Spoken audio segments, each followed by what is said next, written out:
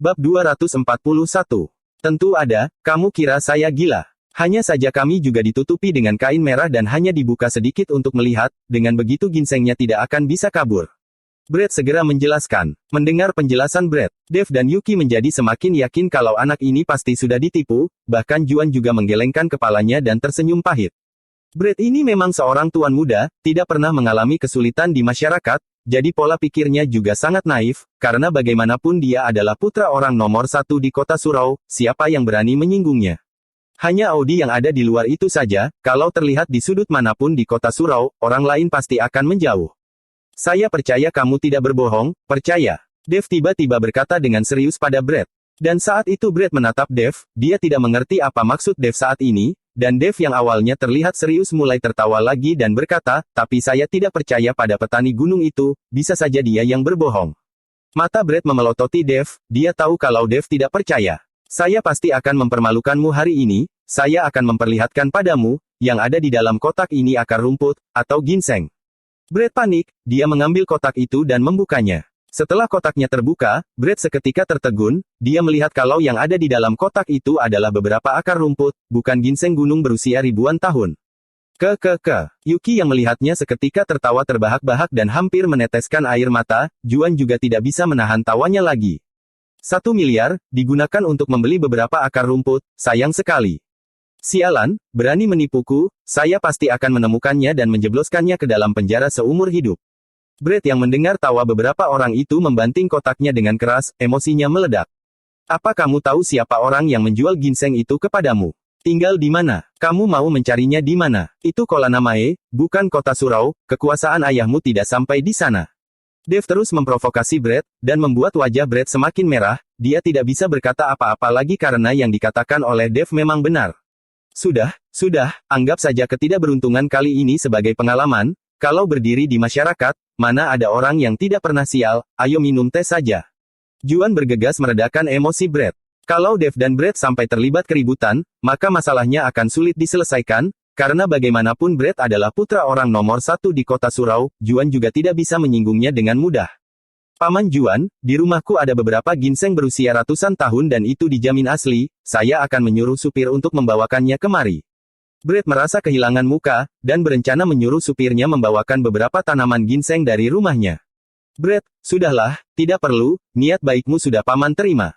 Juan menghalanginya, tetapi Brett sudah berdiri dan berjalan keluar, menghampiri supirnya dan membisikkan beberapa patah kata, dia juga terus memandang Dave dari waktu ke waktu, supir itu mengangguk, dan pergi. 20 menit kemudian, supir itu kembali sambil menenteng sebuah kotak hadiah, dan saat bertemu Brett, dia menyerahkan kotak itu pada Brett lalu berbisik padanya. Setelah supir itu selesai berbisik, wajah Brett terlihat bersemangat, dia menatap Dave dengan jijik. Brett mengibaskan tangannya dan menyuruh supirnya untuk menunggu di luar, sedangkan dia menghampiri Juan dan meletakkan kotak itu di hadapannya, Paman Juan, ini adalah ginseng ratusan tahun, bisa dipakai untuk dimasak sup. Kali ini, Brett langsung membuka kotak itu, dan memperlihatkan ginseng yang ada di dalamnya, kualitasnya juga lumayan. Brett, kamu tidak perlu sesungkan itu, karena kamu begitu berniat, maka paman akan menerimanya. Juan menerima kotak hadiah itu. Paman Juan, kamu harus menjaga kesehatanmu dengan baik, jangan sembarangan memakan pemberian orang lain begitu saja, apalagi pemberian seorang mantan narapidana, apa kamu tidak tahu kalau orang-orang itu sangat jahat, tidak ada orang baik yang keluar dari penjara, walaupun ada, setelah bebas, dia pasti akan tetap menyandang status mantan narapidana. Brett menatap lurus ke arah Dave saat dia mengatakan itu, wajahnya penuh sarkasme. Jelas kalau tadi dia meminta supirnya untuk mencari tahu tentang Dave, dan mendapat sedikit informasi tentang Dave. Bab 242. Brett, apa maksudmu? Pernah masuk penjara berarti orang jahat. Kamu jangan menyindir. Yuki yang mendengarnya langsung tahu kalau Brett sedang mengatai Dave, dan langsung tidak senang. Melihat Yuki malah membela Dave, Brett seketika muram, dan berteriak pada Yuki, Yuki, saya tanya padamu, apa yang membuat kamu tertarik pada mantan narapidana ini, kenapa kamu membelanya? Saya tulus padamu, apa kamu tidak bisa merasakannya? Asalkan kita berdua bersama keluarga Tanaka akan bertahan selamanya di kota Surau, apa itu tidak baik? Brett, meskipun kamu adalah anak pejabat yang dikagumi semua orang, tapi saya tidak peduli, apakah kamu mengerti? Yuki menatap Brett dengan tatapan kebencian. Kenapa? Brett meraih pundak Yuki dengan erat, dari segi mana saya tidak sebanding dengan mantan narapidana ini. Dari segi mana saya kalah padanya? Brett terlihat mengerikan dan dia terus berteriak. Yuki mengernyitkan keningnya dan raut wajahnya terlihat kesakitan. Brett, kamu membuatku kesakitan. Namun Brett seperti orang gila dan terus mencengkram Yuki dan tidak berniat melepaskan cengkramannya. Brett, wajah Juan seketika menjadi dingin, berani sekali main tangan pada putrinya sendiri di hadapannya, keterlaluan. Cari mati. Petik 2. Dev menyipi-ikan matanya, dan aura membunuh keluar dari tubuhnya. Dia mencengkram pergelangan tangan Brett. Brett merasa pergelangan tangannya seperti dicengkram oleh seekor harimau, dan rasa sakitnya begitu menusuk. Ah! Setelah berteriak, Brett melepaskan tangannya dan Yuki langsung bersembunyi di belakang Dev. Sedangkan Dev sedang bersiap melayangkan tinju ke arah Brett. Dev, jangan main tangan. Juan segera menghentikannya. Brett adalah putra orang nomor 1 di kota Surau, mana bisa dipukuli begitu saja. Kalau Dev tidak mengontrol tenaganya dan tinju itu sampai membunuh Brett maka masalahnya akan menjadi runyam. Mendengar ucapan Juan, Dev menarik kembali tinjunya, namun hanya gaya tinjunya yang tajam saja sudah membuat Brett merasa pipinya seperti terbakar, dan selangkangannya juga basah. Hidup selama ini Brett belum pernah sekalipun dianiaya oleh orang lain, tadi dia merasakan tinjunya Dev, itu saja sudah membuatnya ketakutan setengah mati. Kalau kamu berani menyentuh Yuki lagi saya akan mencabut nyawamu. Dev menghempaskannya dengan ringan, dan Brett seketika terhempas lalu tersungkur di lantai. Brett berdiri lalu menatapnya dengan kejam, dia melihat celananya sendiri yang sudah basah, dia juga tidak punya muka untuk tinggal berlama-lama lagi. Bajingan, kamu hanya seorang mantan narapidana, berani melawanku, saya bisa membunuhmu kapan saja, lihat saja nanti. Brett mengancam lalu berbalik pergi.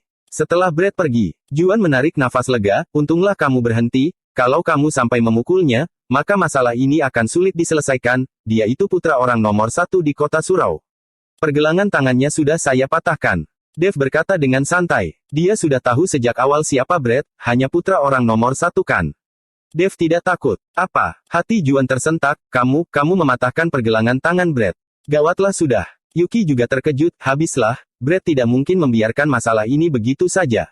Juan dan Yuki terlihat sangat khawatir. Sepertinya masalah ini harus ditanyakan kepada Tuan Indrawan, meskipun dia sudah pensiun tapi dia masih berkomunikasi dengan beberapa orang yang mungkin dapat membantu kita. Juan langsung teringat Indrawan. Meskipun keluarga Tanaka adalah orang terkaya di kota Surau, namun di mata para pejabat itu mereka para pebisnis ini hanyalah bidak penghasil uang, yang tidak memiliki status apapun. Meskipun dia putra orang nomor 1, sepertinya tidak perlu sepanik ini. Hanya mematahkan pergelangan tangannya, bukannya tidak bisa disambung lagi, selain itu, ayahnya sebagai seorang pemimpin juga tidak mungkin tidak berbicara logika kan. Melihat Juan yang begitu khawatir, Dev sedikit tidak mengerti. Bab 243. Kamu tidak tahu, Brett sudah terbiasa mengintimidasi di kota Surau, meskipun wali kota Aston orang yang jujur, namun karena sibuk bekerja jadi dia tidak terlalu mengerti terhadap urusan Brett, juga tidak ada orang yang pernah memberitahukan kepadanya, jadi dia menjadi seperti sekarang ini, sebaiknya masalah ini saya tanyakan kepada Tuan Indrawan. Setelah berkata, Juan langsung pergi untuk bertanya pada Indrawan. Kamu tidak seharusnya main tangan separah itu, sekarang masalah akan menjadi gawat. Yuki menatap Dev dengan tidak berdaya. Siapa yang berani menyentuhmu akan kupukuli, termasuk Raja Langit pun tidak boleh. Dev menatap Yuki dan berkata dengan serius. Melihat ketulusan Dev, Yuki merasakan rasa manis di hatinya, lalu melirik tajam pada Dev, kamu sebaiknya bersembunyi saja dulu, nanti setelah ayahku mencari Tuan Indrawan dan masalahnya sudah selesai, kamu baru kembali lagi. Yuki mendorong Dev keluar, dia takut Brett akan mencari orang untuk menghabisinya. Dev hanya pasrah didorong keluar oleh Yuki, dia hanya bisa pulang ke rumah, sumber energi yang ada di papan 7 bintang masih cukup untuk dipakai berlatih selama sehari setelah pulang dia juga tidak pergi kemana-mana dan masuk ke dalam kamarnya untuk kultivasi. Keesokan paginya, Juan menelpon Dev dan meminta Dev untuk datang ke kediaman keluarga Tanaka, ini adalah panggilan dari ayah mertuanya, dia tidak boleh tidak mendengarkannya. Dan saat Dev sampai di kediaman keluarga Tanaka, dia melihat Juan sedang mempersiapkan hadiah sebanyak 1 bagasi mobil. Dev, saya akan membawamu pergi ke rumah wali kota Aston, untuk berbicara baik-baik dengan wali kota Aston, membayar ganti rugi dan meminta maaf, saya rasa wali kota Aston juga orang yang berlogika dan tidak akan mempersulitmu. Juan berkata pada Dev. Dev awalnya ingin menolak, tapi setelah dia melihat lingkaran hitam di mata Juan, dia pasti menghabiskan sepanjang malam mengkhawatirkan tentang masalah ini, jadi Dev hanya bisa mengangguk. Yuki awalnya ingin ikut, tapi Juan takut kalau Yuki ikut, dan apabila terjadi konflik, itu tidak akan sebanding dengan konsekuensinya, jadi dia tidak mengizinkan Yuki untuk ikut. Setelah semuanya disiapkan, Juan menyetir dan pergi ke rumah wali kota Aston bersama dengan Dev. Wali kota Aston bernama lengkap Willie Aston, dia sudah menjadi orang nomor 1 di kota surau selama belasan tahun, dan berusaha keras menjadikan kota surau yang awalnya hanya kota kecil perlahan-lahan menjadi seperti sekarang. Dia adalah seorang pejabat yang hebat. Segera, mobil terhenti di depan bangunan kuno dengan gaya barat, hanya 2 lantai dan luasnya lebih dari 200 meter persegi. Ini adalah rumah Willie Aston.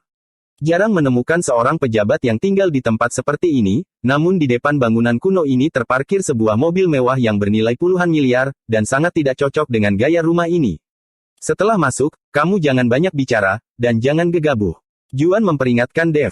Dev hanya bisa mengangguk. Setelah bel dibunyikan, tidak lama kemudian ada seorang wanita yang mengenakan celemek membuka pintu, dan orang itu adalah istri dari wali kota Aston, Miner. Nyonya Aston, kami datang untuk menemui Pak Aston. Juan yang melihat wanita segera berkata dengan sungkan. Dev yang mendengarnya sedikit kaget, wanita yang begitu sederhana ini adalah istrinya wali kota.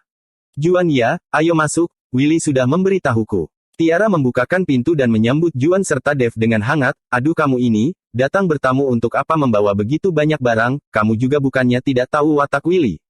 Nyonya Tiara, saya membawakan susu, madu, semua barang ini tidak lebih dari 1 juta. Juan segera menjelaskan, Willie punya satu aturan, orang yang datang ke rumahnya tidak boleh membawa hadiah, walaupun leman atau kerabat datang bertamu, hadiah yang mereka bawa tidak boleh lebih dari 1 juta, atau dia tidak akan menerimanya. Mendengar ucapan Juan, Tiara menerima barang-barang itu. Juan, kalian berdua duduk saja dulu, Willie sedang membahas sesuatu dengan pebisnis dari Futua, sebentar lagi selesai. Bab 244. Nyonya Tiara, tidak perlu mempedulikan kami. Juan tersenyum lalu duduk di sofa dengan Dev. Dev melirik sekelilingnya yang dipenuhi dengan perabotan lama, tidak ada yang bernilai, ini tidak terlihat seperti rumah seorang pejabat, dan Tiara, sebagai istri orang nomor 1 di kota surau, namun wataknya begitu ramah, Dev tidak mengerti bagaimana seorang ibu seperti Tiara bisa mendidik seorang seperti Brett. Tidak lama setelah Juan dan Dev duduk, pintu ruang baca terbuka, 4 orang keluar. Salah satu di antara mereka adalah Willie, pria parubaya berusia 40 tahunan yang mengenakan kacamata, pakaiannya terlihat sangat biasa, namun aura berwibawanya menyelimuti sekujur tubuhnya. Dan 3 orang lainnya adalah investor dari Futua, dan salah satu di antara mereka bertubuh kecil dan kurus, dia berjanggut dan matanya terlihat cerah. Dev merasakan gelombang energi spiritual dari orang ini. Lantas apakah dia juga seorang kultivator? Dev tidak tahan untuk tidak melihatnya. Wali kota Aston, saya berharap kamu akan mempertimbangkannya dengan baik, investasi kami akan memperkuat perekonomian di kota surau, asalkan Anda membagi bagian selatan dari kota kepada kami dalam 3 tahun kami pasti akan membangun kembali sebuah kota. Kata pria berjanggut itu, maaf, tapi saya tidak akan membiarkan anak cucu saya menusuk saya dari belakang hanya demi uang. Jadi saya juga tidak akan merugikan kepentingan halayak umum, kalau ingin menjadi pejabat yang berprestasi tidak hanya mengandalkan uang, tapi juga mengandalkan dukungan dari para masyarakat, masalah ini tidak perlu dibahas lagi, saya tidak akan pernah setuju. Willie berkata dengan dingin dan tegas. Bisa dilihat kalau Willie tidak terlalu senang berdiskusi dengan beberapa investor dari Futua ini. Karena wali kota Aston bersikeras, maka tidak ada lagi yang bisa kita diskusikan, pamit. Investor berjanggut itu mengulurkan tangannya pada Willie. Meskipun diskusi mereka tidak membuahkan hasil, namun tata krama harus tetap ada, Willie juga menjabat tangan investor itu. Namun saat telapak tangan kedua orang ini bertemu, sebuah gumpalan awan hitam masuk ke tubuh Willie dari telapak tangannya itu, hanya saja Willie tidak menyadarinya. Namun, adegan itu dilihat oleh Dev. Dev mengernyitkan keningnya dan menatap pria berjanggut itu. Seolah merasakan sesuatu, pria berjanggut itu juga melirik ke arah Dev, namun baru melirik sekilas dia langsung menoleh kembali. Setelah 3 investor itu pergi, Willie baru duduk di sofa dengan kesal, lalu minum teh buatan Tiara dan wajahnya terlibat muram. Willie, Juan sudah menunggumu cukup lama. Tiara berkata dan mengingatkan Willie. Willie baru teringat dan bergegas menyapa Juan. Juan, cepat kemari, duduk di sini, saya sudah kesal hingga hampir pingsan, sampai-sampai melupakanmu. Willie bangkit berdiri dan menatap Juan dengan tatapan bersalah. Wali kota Aston, jangan sungkan, kamu selalu bekerja keras siang dan malam demi kota surau, kali ini datang mengganggumu, sungguh minta maaf ya. Juan berjalan ke arahnya dan Dev juga mengikuti di belakang. Juan, kota surau bisa berkembang menjadi seperti ini juga tidak luput dari bantuanmu, kalau kamu tidak membantu, sekuat apapun saya berusaha juga tidak ada gunanya. Willie tersenyum, mengenai masalah lahan di wilayah barat keluarga Tanaka, Brett sudah memberitahuku, saya sudah mengutus orang untuk memulai proses persetujuan, asalkan tidak melanggar hukum, kamu bisa langsung datang dan mencariku, untuk apa menyampaikan pesan melalui Brett. Lalu, Tuan Indrawan juga menelponku, katanya kamu ingin datang meminta maaf kepadaku, apa yang terjadi? Juan segera menjawab, Wali Kota Aston, semalam saat di rumahku, sempat ada kesalahpahaman kecil antara Dave dan Brett, mereka berdua terbawa emosi dan Dave bersikap gegabah lalu main tangan pada Brett, karena itu hari ini saya datang membawanya untuk meminta maaf kepada Wali Kota Aston. Willy menatap Dave sekilas lalu tersenyum, anak muda kalau punya sedikit temperamen juga wajar, kalau sudah dipukuli ya sudah. Kamu tidak perlu sampai meminta bantuan Tuan Indrawan, saya kira kamu melakukan hal ilegal apa, kalau sudah seperti itu siapapun yang menelpon akan sulit diurus. Bab 245. Tidak. Juan menggelengkan kepalanya lalu berkata pada Dave, sekarang kamu minta maaf pada Wali Kota Aston.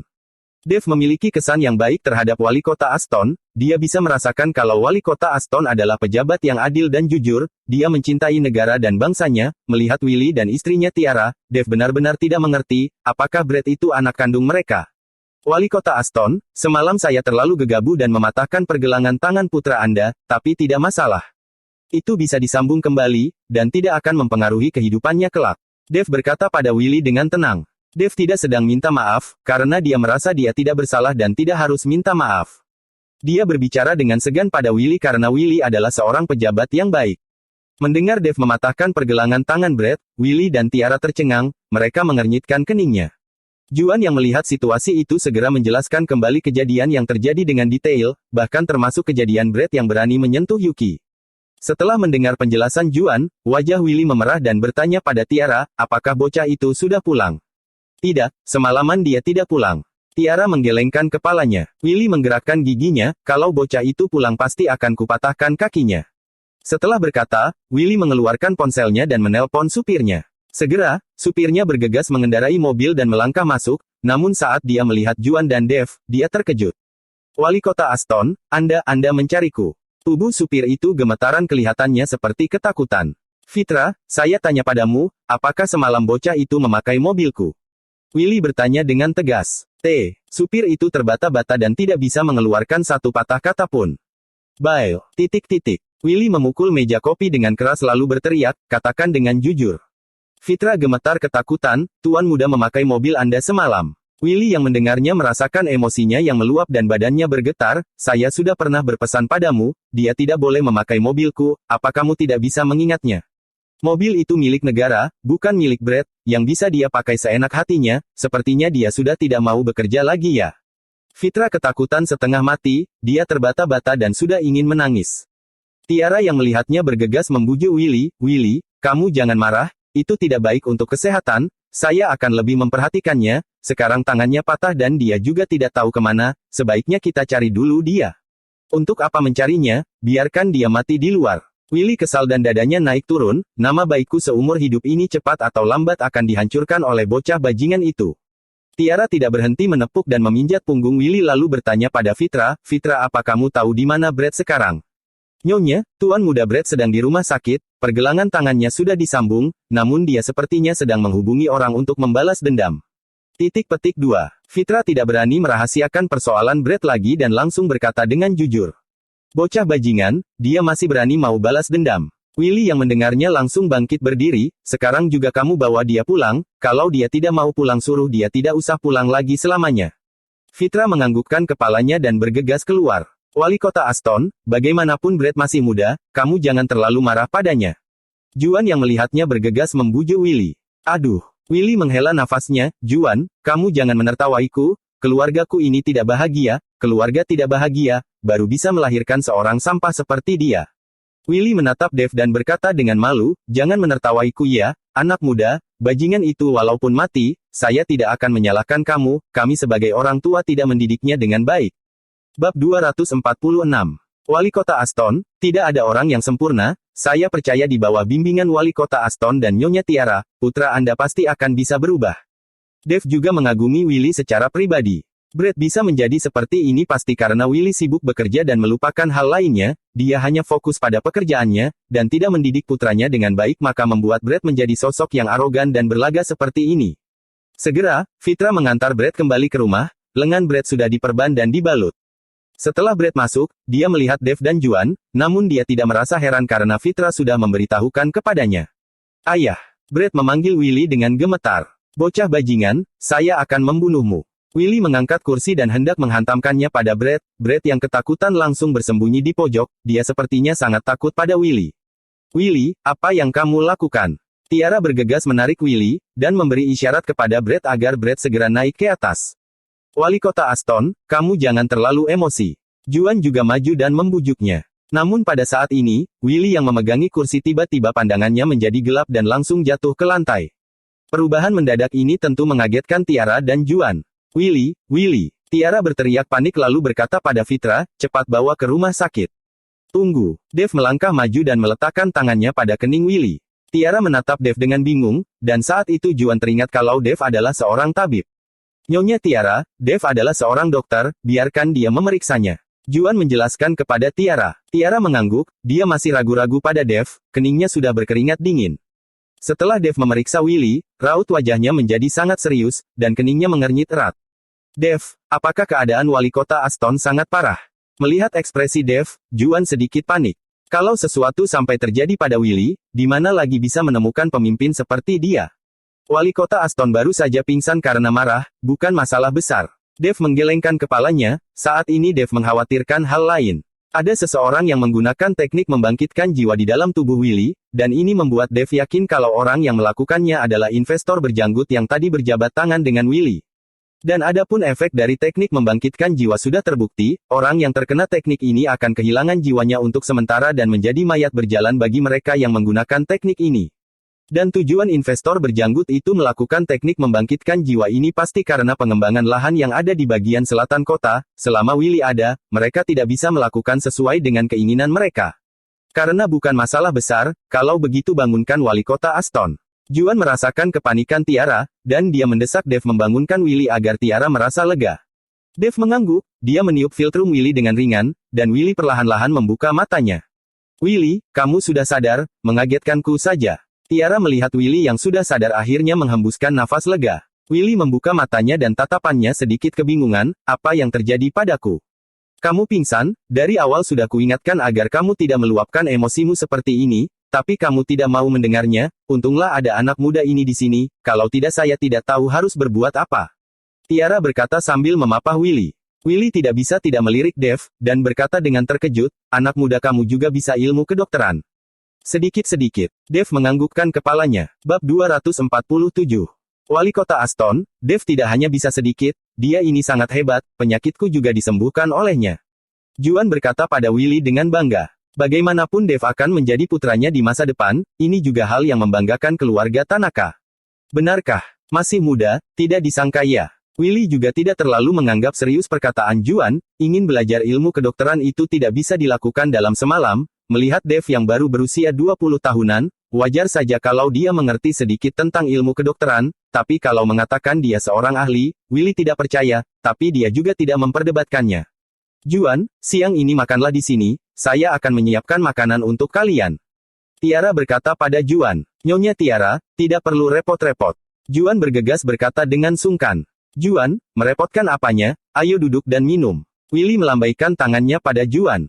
Juan yang melihat itu juga tidak menolak lagi, dia duduk dan menemani Willy bermain catur. Dev menonton dari samping, dia sedang mempertimbangkan apakah dia harus memberitahu Willy tentang teknik membangkitkan jiwa yang digunakan padanya. Setelah berpikir sejenak, Dev membuat keputusan untuk memberitahu Willy, kalau tidak Willy akan dimanfaatkan oleh para investor dari Futua itu. Wali kota Aston, ada satu hal yang ingin kuberitahukan kepadamu. Dev buka suara. Anak muda, ada masalah apa, katakan saja. Willy menjawab tanpa menoleh padanya. Saat saya memeriksa tubuhmu tadi, saya menyadari ada seseorang yang melakukan teknik membangkitkan jiwa dalam tubuhmu, ada orang yang ingin memanfaatkanmu, dan kemungkinan orang itu adalah para investor dari Futua tadi. Dev berkata dengan jujur. Setelah Dev selesai berbicara, Willy mengangkat kepalanya dan menatap Dev, dia meletakkan bidak catur yang ada di tangannya dan berkata dengan serius, anak muda, sudah zaman apa ini, kamu masih mengatakan teknik membangkitkan jiwa atau apapun itu, untuk apa berpura-pura, bukankah ini terlalu tidak berpengetahuan? Willy sebagai orang nomor satu di kota Surau, dan memimpin masyarakat, dia tentu tidak akan percaya pada perkataan Dev, tentang hantu dan dewa, semua itu hanya tipuan.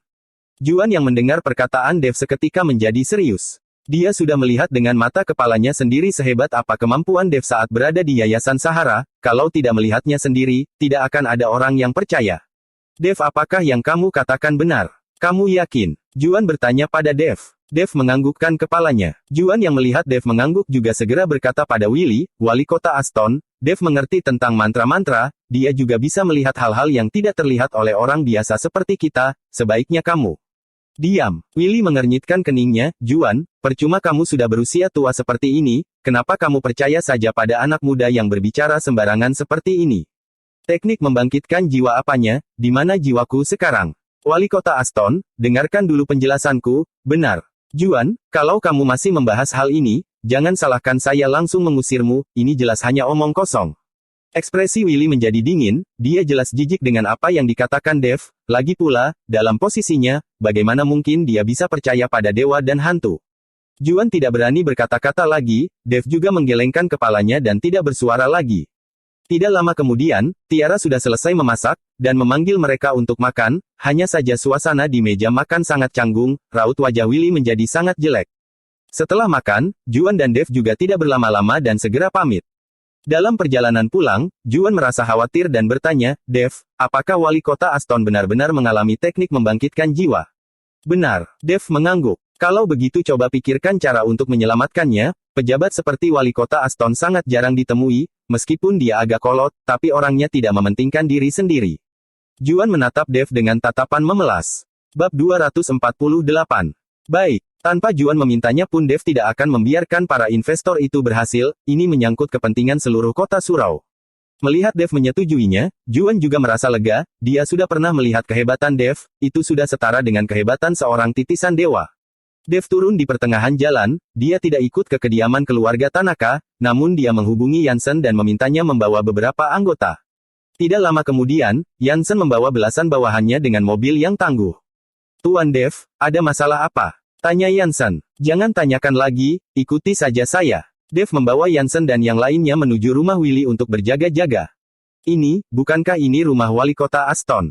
Tuan Dev, apa yang sedang kamu lakukan? Wajah Yansen terlihat kebingungan. Jangan lihat dia yang mendapat panggilan ketua mafia di kota surau, itu tidak ada gunanya, karena sehebat apapun ketua mafia, dia juga harus takut pada Willy, ketua kalangan atas di kota surau. Sudah kubilang jangan tanyakan lagi. Dev sedikit tidak sabar dan menurunkan kursi penumpangnya, lalu memejamkan matanya dan beristirahat. Di dalam kamar hotel terpencil di kota surau, 3 orang investor tadi sedang berada di dalam kualitas lingkungan hotel itu sangat buruk, dan tidak cocok dengan status mereka bertiga yang merupakan investor dari Futua, tidak ada yang tahu kenapa mereka bertiga memilih tinggal di sana. Di dalam kamar, investor berjanggut itu duduk di atas ranjang sedangkan 2 orang lainnya berdiri di sampingnya dengan wajah hormat. Menatapi investor berjenggot itu duduk bersila dan memejamkan matanya sedikit, jari-jarinya tidak berhenti bergerak dan mulutnya terus melafalkan mantra. Dewa bumi dan tanah, dewa 5 gunung, dewa 8 arah, awan pembawa keberuntungan, datanglah dengan cepat. Sebuah gumpalan awan hitam keluar dari jari investor berjenggot itu dalam sekejap, lalu dalam sekejap juga menghilang. Sudah, investor berjenggot itu tersenyum sinis. Hahaha, ada guru Yura yang turun tangan, rencana kita tidak mungkin tidak berhasil. Seorang pengusaha gemuk dari Futua tertawa terbahak-bahak. Sebenarnya pria berjanggut itu bukanlah investor, di antara mereka bertiga, hanya seorang yang gemuk dan seorang yang kuruslah yang benar-benar investor dari Futua, sedangkan pria berjanggut itu adalah seorang ahli sihir. Perlu diketahui kalau di luar negara ini, masih banyak orang-orang yang percaya pada hal seperti ini, dan banyak ahli sihir yang berkeliaran.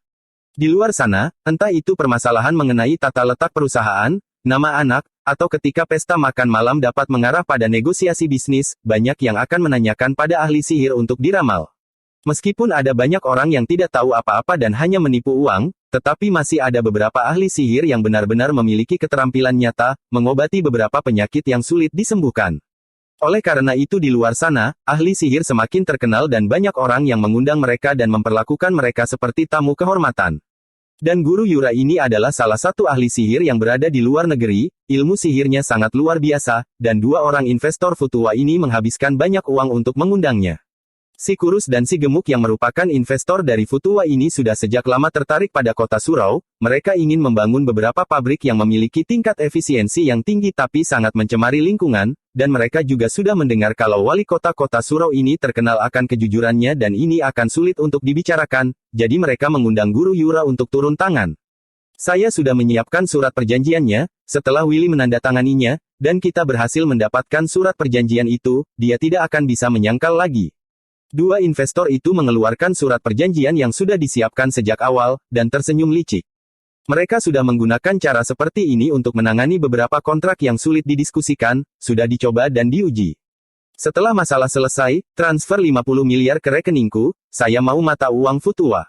Guru Yura berkata dengan tenang. Baik, pasti. Dua investor Futua itu mengangguk, dan berkata dengan menyanjung. Bab 249. Di kediaman Willy. Willy yang sedang tidur siang tiba-tiba membuka matanya. Tidak ada jejak cahaya di matanya, dan dia hanya menatap lurus ke langit-langit atap.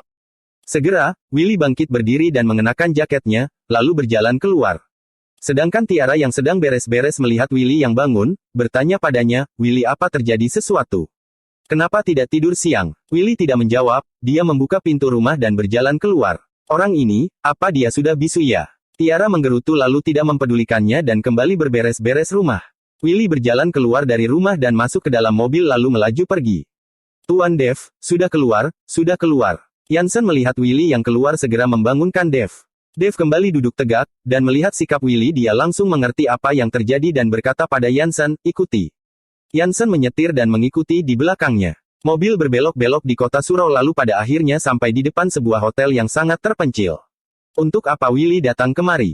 Jansen bertanya dengan heran. Dev melihat hotel bobrok itu dan tidak menjawab Jansen, dia turun dari mobil dan melihat Willy berjalan masuk ke dalam hotel.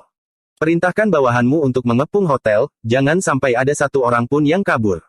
Dev memerintahkan Jansen. Jansen mengangguk, dia menatap belasan bawahannya dan berkata dengan dingin, perintah dari Tuan Dev, kepung arca hotel ini dan jangan biarkan satu orang pun keluar masuk, kalau ada satu orang yang lolos, nyawa kalian akan menjadi gantinya.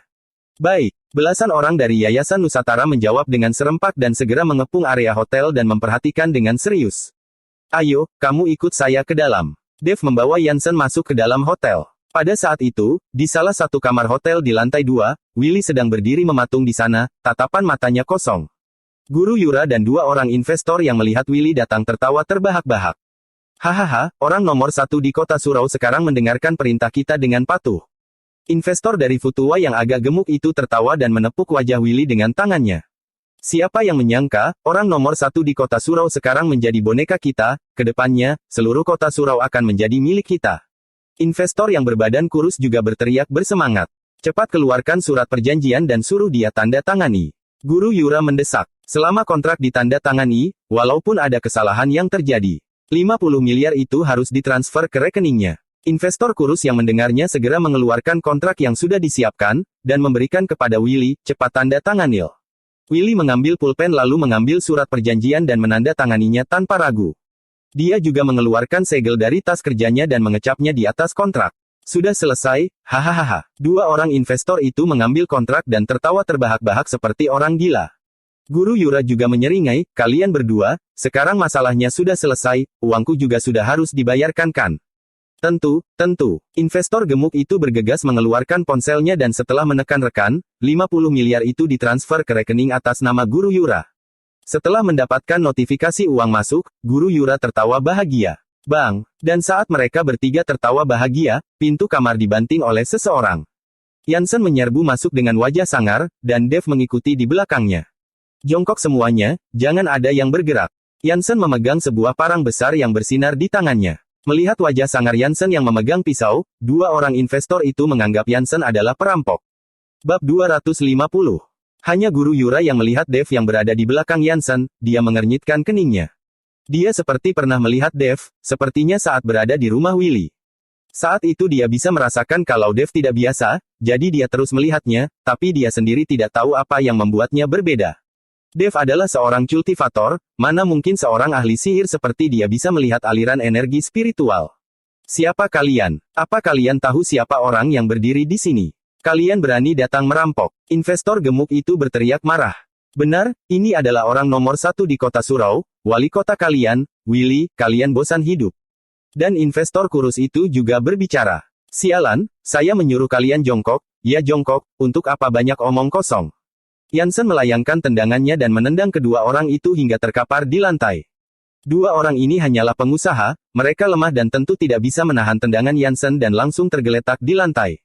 Saudaraku, katakan saja apa maumu, yang penting jangan melukai orang. Guru Yura berkata pada Dev.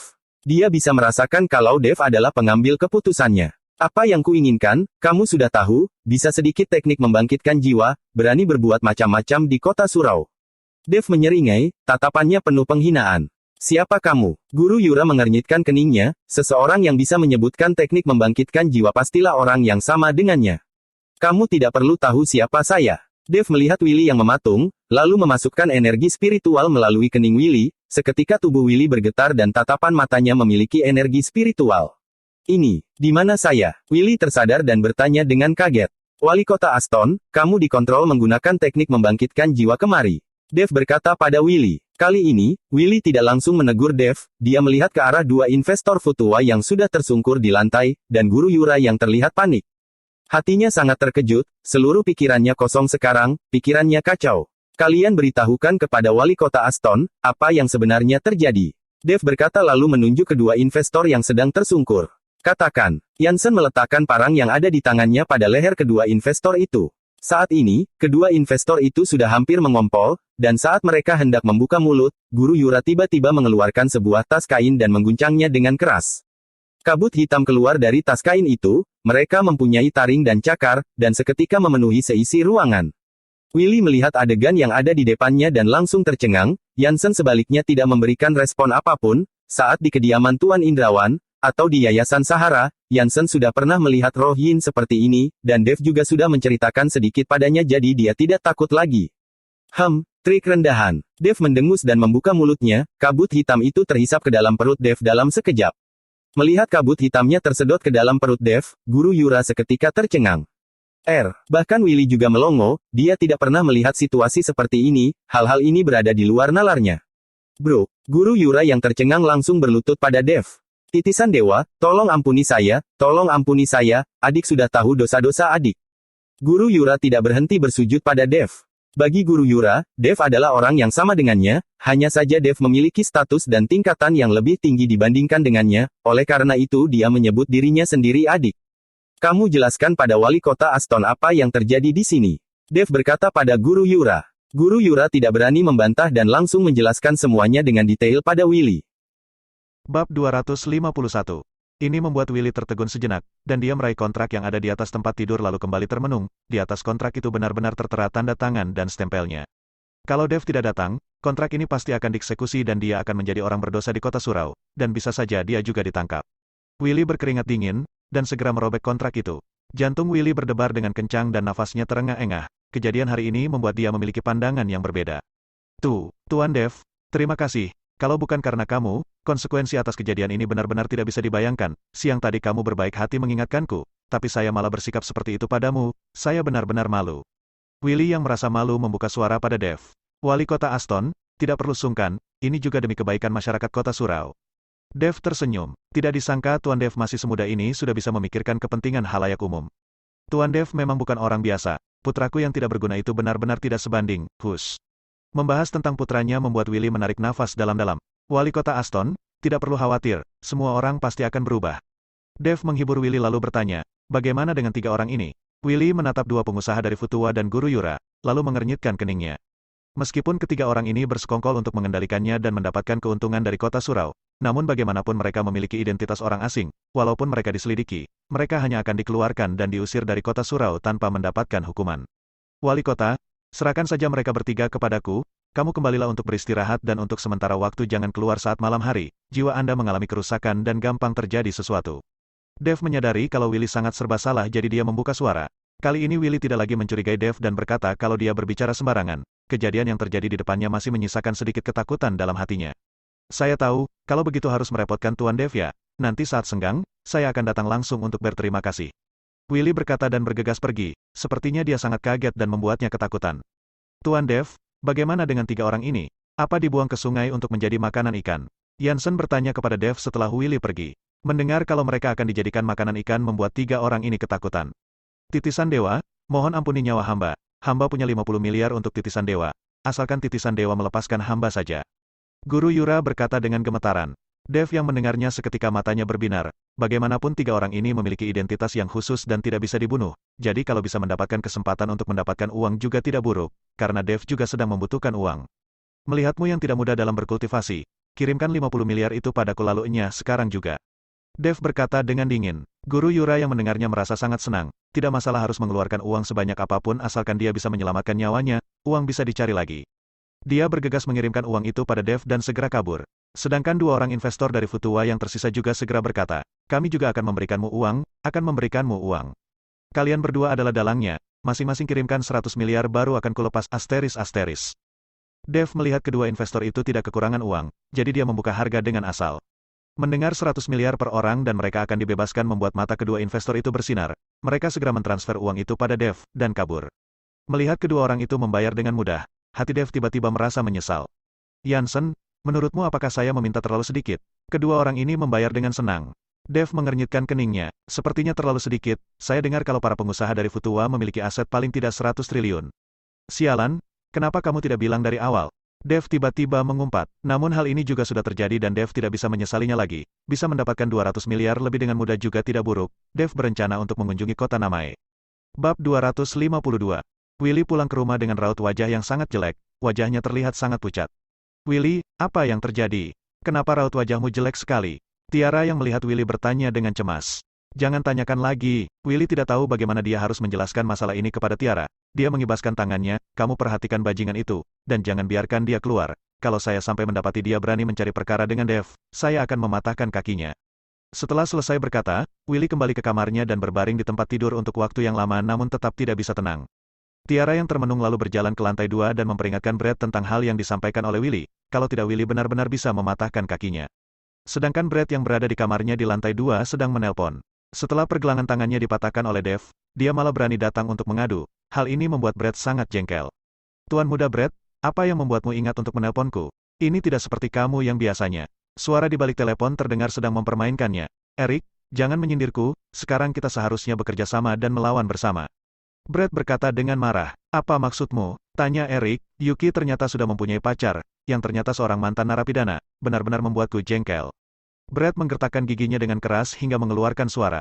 Apa? Nada bicara Eric tiba-tiba meninggi, Yuki berpacaran dengan seorang mantan narapidana. Apa dia sudah gila? Dia tidak mau memilih di antara kita berdua, dan malah memilih seorang mantan narapidana. Hanya saja, di kota surau ini apa ada orang yang berani merebutnya? Kenapa kamu tidak menghubungi seseorang untuk menghabisinya saja? Jangan dibahas lagi, bocah itu punya keahlian bela diri. Pergelangan tanganku saja dipatahkan olehnya, dan sekarang ayahku yang kolot ini malah mengurungku di dalam rumah. Tidak membiarkanku keluar untuk balas dendam, hanya saja saya sudah tidak bisa menahan emosiku makanya saya menghubungimu. Brett menjelaskan, hahaha, Tuan muda Brett, kita berdua ini rival dalam urusan percintaan. Kenapa saya harus membantumu? Apa kamu lupa di kota surau ini kamu selalu menggertakku dengan statusmu sebagai putra dari orang nomor 1 di kota surau? Eric tertawa terbahak-bahak, Eric, saya tidak akan membuatmu membantuku tanpa benefit, asalkan kamu bisa menghabisi bocah itu. Yuki akan menjadi milikmu, saya tidak akan merebutnya. Lalu mengenai keluarga Wibowo yang ingin membuka cabang di kota surau, saya juga akan memikirkan caranya. Cahaya dingin melintas di mata Brett, kali ini dia tidak bisa membiarkan Dev begitu saja. Dia tidak akan bisa tidur dengan tenang sebelum membalaskan dendamnya ini. Benarkah? Eric tergerak, tentu saja, kamu boleh merekam pembicaraan kita ini. Brett berkata dengan pasti, baiklah kalau begitu, kirimkan saja informasi tentang bocah itu padaku. Berani merebut wanitaku, saya, Eric akan membuatnya lebih memilih mati dibandingkan tetap hidup. Eric berkata dengan keji lalu menutup teleponnya. Eric adalah seorang tuan muda dari keluarga Wibowo di kota Ithaka. Dia, Yuki dan Brett adalah teman satu sekolah, dan keduanya sama-sama menyukai Yuki saat di sekolah dulu. Hanya saja Yuki tidak tertarik pada dua playboy itu.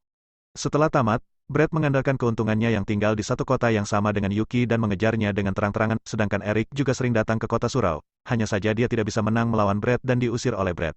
Kali ini Brett meminta bantuan Eric karena Willy tidak memiliki kewenangan untuk mengurus kota Ithaka. Karena itu dia tidak akan terlalu memperhatikan orang yang datang dari kota Ithaka. Sedangkan kalau Brett langsung berhadapan dengan Dev, maka tidak perlu waktu lama bagi Willy untuk mengetahuinya. Dan setelah Eric lulus dia juga menjalani wajib militer, kemampuannya juga lumayan dan sepertinya tidak akan bermasalah dalam melawan Dev. Saat telepon baru dimaukan, Tiara membuka pintu dan melangkah masuk. Putraku, apakah tanganmu masih sakit? Tiara menatap pergelangan tangan Brett yang diperban dengan sakit hati. Bukan urusanmu, biarkan saja saya kesakitan hingga mati. Saya saja mencurigai kalau saya ini bukan anak kandung kalian, pergelangan tanganku dipatahkan oleh orang dan saya malah harus merendah dan meminta maaf padanya. Benar-benar mengesalkan. Brett yang melihat Tiara langsung memalingkan wajahnya.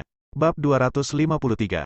Anak ini, setiap hari tahunnya hanya membuat masalah. Kalau membuat ayahmu marah dan hanya mematahkan kaki atau tanganmu itu masih ringan. Kalau kamu sampai menyinggung orang lain, bisa-bisa kamu dilempar ke sungai dan dijadikan makanan ikan. Tiara menatap Brett dengan enggan dan berkata, dijadikan makanan ikan ya sudah, keluarlah, saya mau tidur. Brett mulai mengusir Tiara, ayahmu sudah berpesan, kamu tidak boleh membalas dendam pada Dev, kalau tidak dia akan mematahkan kakimu. Tiara berpesan kepada Brett. Brett yang mendengarnya menjadi panik, biarkan saja dia patahkan kakiku. Jangan hanya kakiku, langsung bunuh saja saya, dengan begitu saya juga akan bebas. Brett berteriak pada Tiara, Tiara takut Willy akan mendengarnya jadi dia bergegas pergi dan menutup pintu rapat-rapat. Dev, saya pasti akan membuatmu membayarnya. Brett menggertakkan giginya setelah Tiara pergi. Villa di puncak gunung perumahan Bumi Indah. Obat yang dibeli oleh utusan Jansen sudah diantarkan. Dev melihat kantongan berisi bahan obat dan merasa bersemangat. Kelihatannya malam ini dia tidak akan tidur, dan akan berkultivasi semalaman. Untungnya Celine dan Edward juga sedang tidak di rumah. Sejak Celine bisa melihat lagi dia tidak pernah berdiam diri di rumah dan terus pergi keluar untuk berkeliling dan melihat pemandangan indah. Melihat perubahan yang terjadi pada kota surau. Karena selama beberapa tahun ini dia tidak bisa melihat apa-apa, jadi saat ini Celine ingin melihat semuanya. Setelah membawa bahan obat itu ke kamar, Dev mengunci pintu dan mulai menerapkan teknik alkimia untuk membuat pil peremajaan. Selama semalaman Dev membuat 20 buah pil peremajaan dan menggunakan seluruh bahan obat yang ada. Namun ini juga membuat Dev kelelahan dan tertidur saat fajar. Saat ini Dev belum mencapai fase ini jadi dia belum bisa bertahan tanpa makan minum ataupun tidur. Setelah tertidur untuk beberapa waktu, Dev dibangunkan oleh suara keras. Melihat matahari yang sudah terik di luar, sepertinya hari sudah siang, Dev bangun dari tempat tidur dan keluar dari kamar, dan menemukan cukup banyak orang di ruang tamunya, dan ada beberapa anak kecil yang sedang berlarian ke sana kemari dan bermain, membuat keadaan di ruangan itu benar-benar kacau. Aduh, Dev di rumah ya, sekarang sudah tinggal di rumah besar sudah berbeda ya, di matanya sudah tidak menganggap kerabat-kerabatnya yang miskin ini lagi. Seorang wanita parubaya yang memakai gaun yang centil berkata pada Dev dengan nada yang aneh. Bibi kedua, sejak kapan kalian kemari? Dev tampak terkejut melihat wanita parubaya itu. Kami sudah datang sejak tadi, tidak disangka kamu masih tidur di dalam kamar, sampai tidak turun dan menyambut kami. Bibi keduanya Dev meliriknya sekilas lalu langsung duduk di sisi sofa.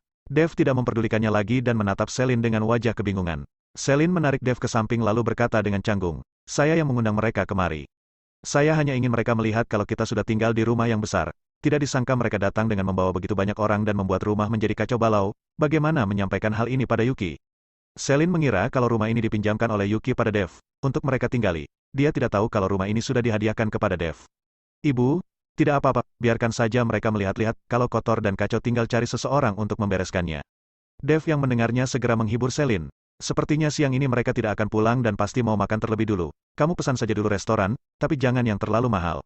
Celine berkata sambil mengeluarkan uang dari sakunya dan memberikannya kepada Dev.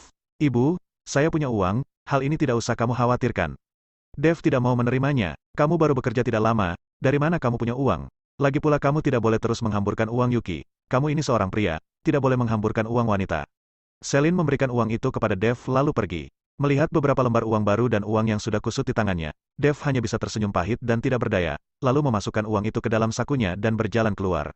Bab 254.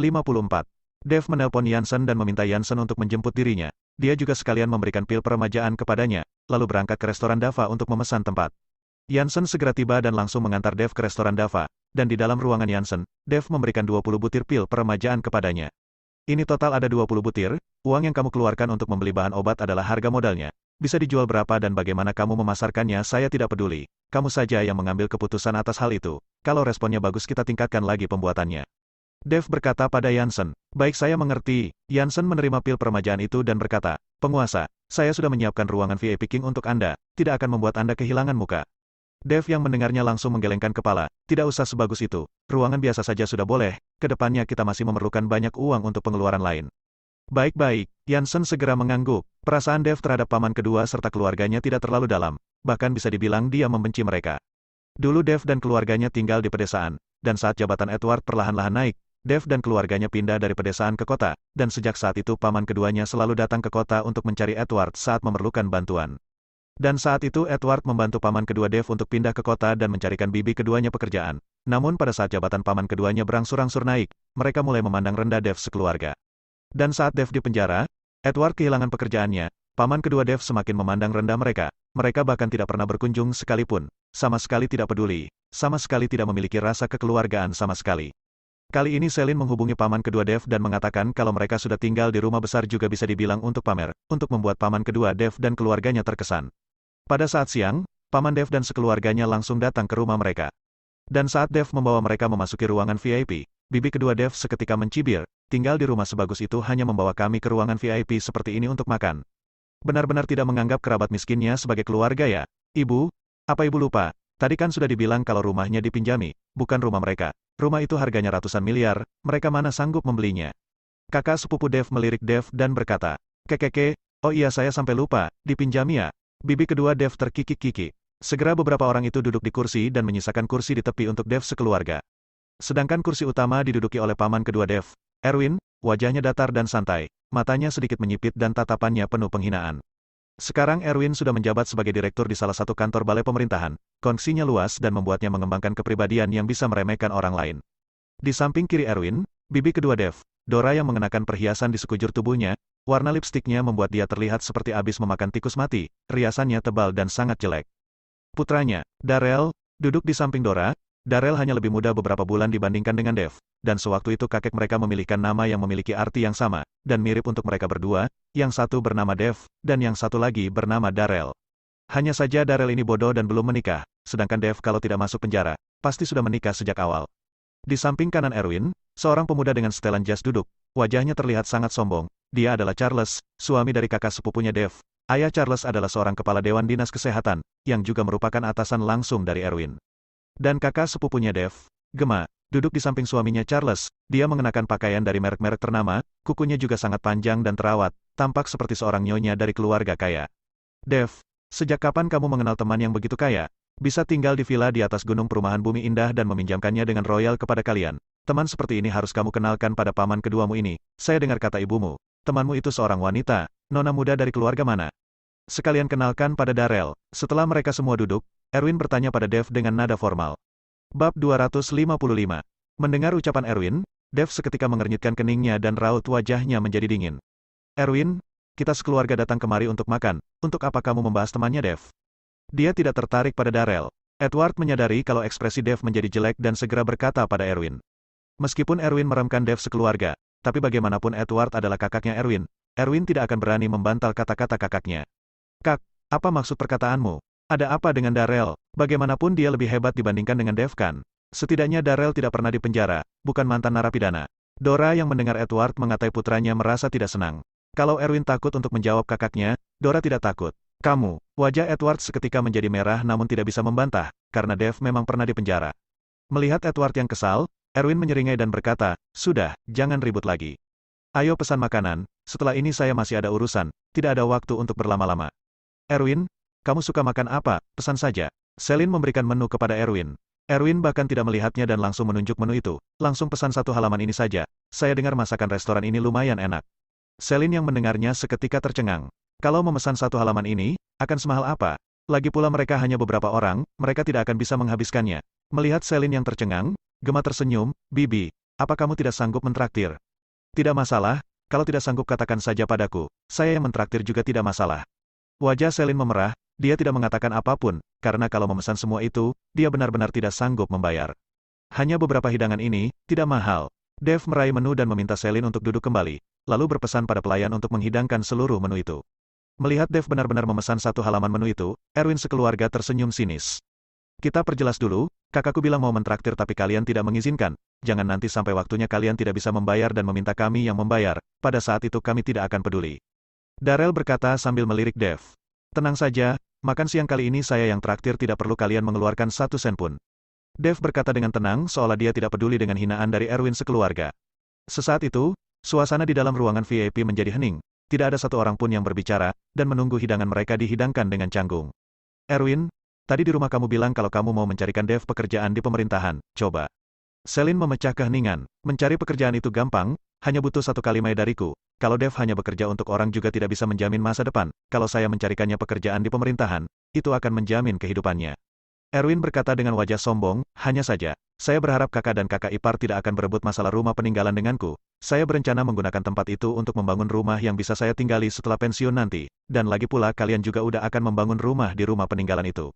Selin melirik Edward yang hanya menundukkan kepalanya dan tidak mengatakan apapun. Selin juga menundukkan kepalanya dan berkata, kalau bisa mencarikan Dev pekerjaan yang stabil, maka kami tidak menginginkan rumah peninggalan. Menurut Selin, menjadi pegawai negeri jauh lebih baik dibandingkan dan lebih terpandang dibandingkan dengan karyawan swasta. Kalau bukan karena suaminya sudah dipecat, dia juga tidak perlu bantuan Erwin untuk mencarikan Dev pekerjaan. Melihat Selin setuju, Edward juga gembira dan seketika tertawa. Ibu, saya tidak mau menjadi pegawai negeri, dan lagi pula untuk rumah peninggalan. Kita harus mendapatkan bagian yang seharusnya kita dapatkan. Dev segera menghentikan Selin. Dev, rumah peninggalan itu sudah sangat bobrok, sudah tidak ada gunanya, kamu jangan ikut campur. Bukan paman keduamu mencarikanmu pekerjaan yang stabil agar kedepannya kamu bisa hidup dengan baik. Selin memelototi Dev dan menyuruhnya untuk tidak ikut campur. Bab 256. Ibu, rumah peninggalan leluhur itu akan segera dikembangkan, akan bisa menghasilkan banyak uang. Sebenarnya Dev tidak menginginkan uang itu, hanya saja dia tidak mau memanfaatkan Erwin sekeluarga. Apa, akan dikembangkan benarkah? Selin yang mendengarnya seketika bersemangat. Kalau yang dikatakan Dev benar, maka mereka bisa mendapatkan banyak uang saat menjual rumah peninggalan itu. Benar, semuanya sedang direncanakan. Saya sudah melihat laporannya Wali Kota Willy.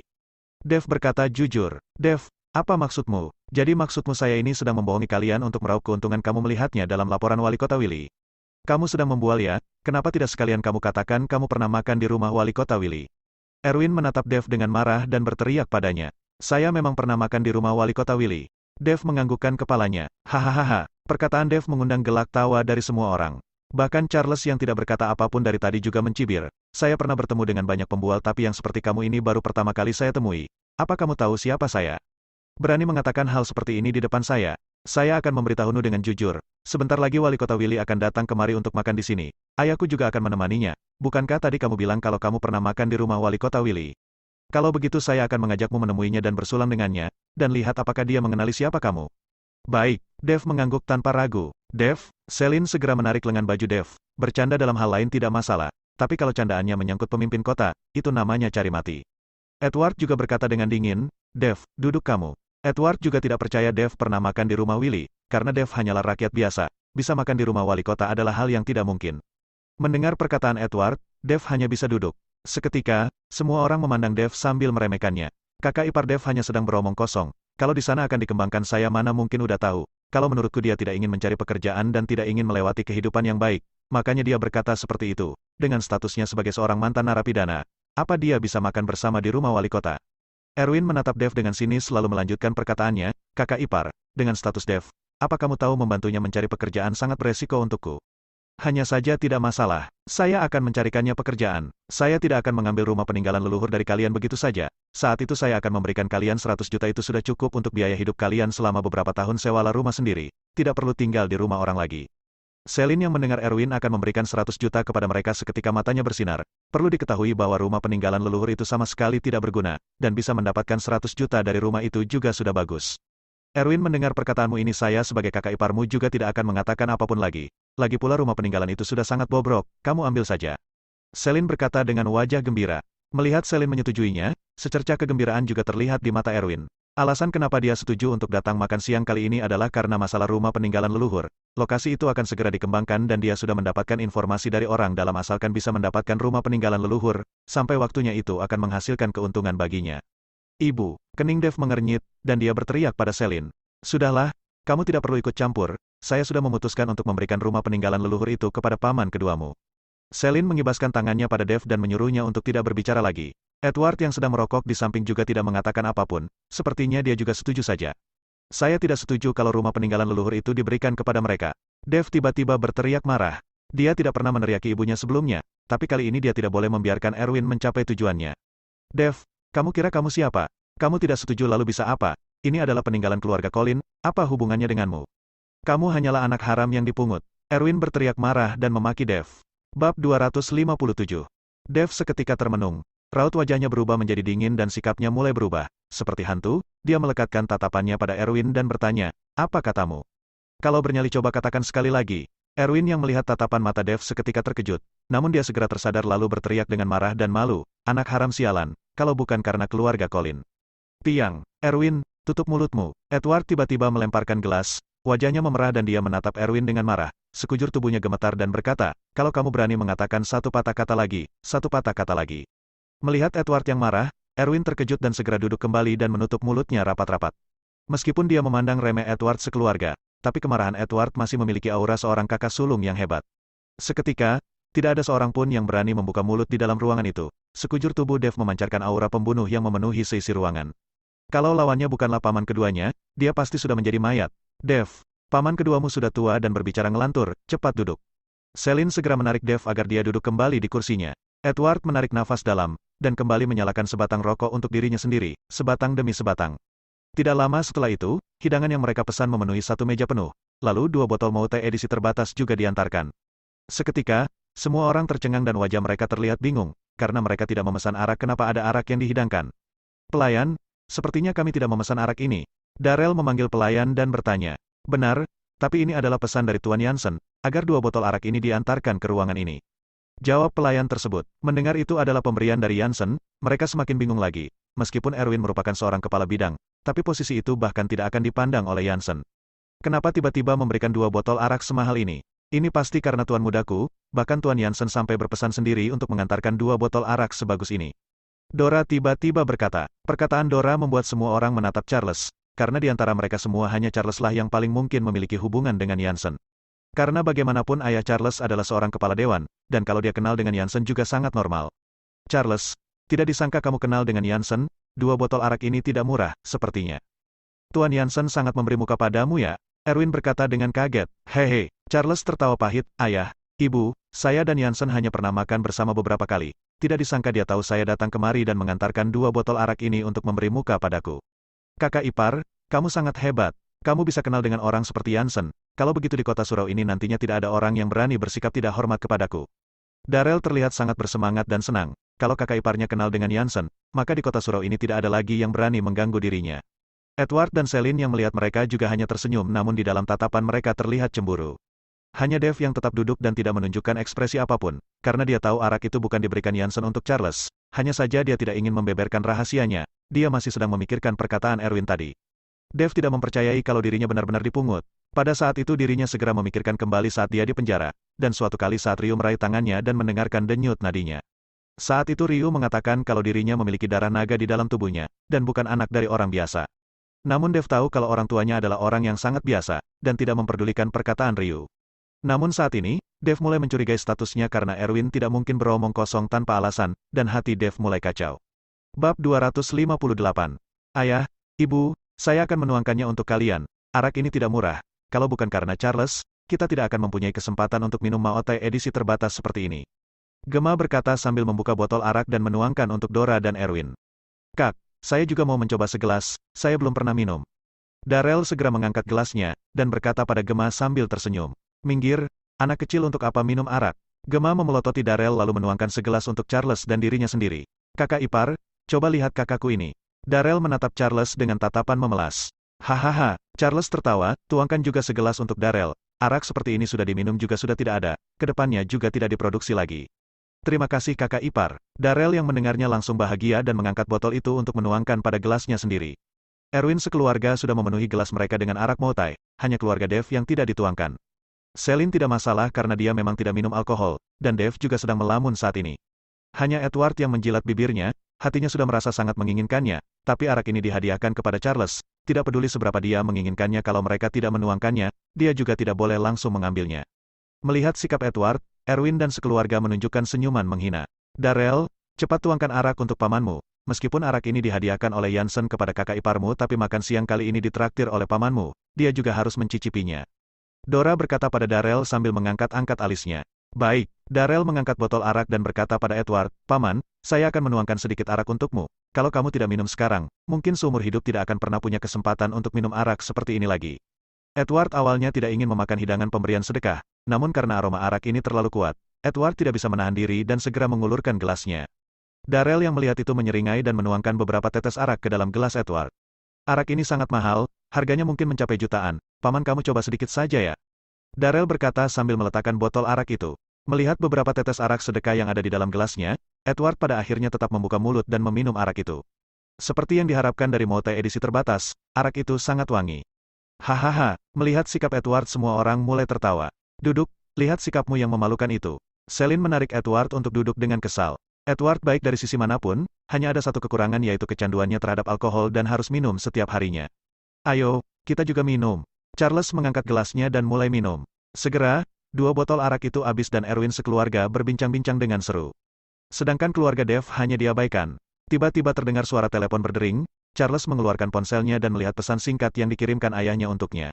Charles, apakah itu pesan dari ayahmu? Wali kota Willy sudah sampai. Erwin bergegas bertanya. Iya, sudah sampai, sedang di dalam ruangan VIP King. Ayahku memanggil kita ke sana.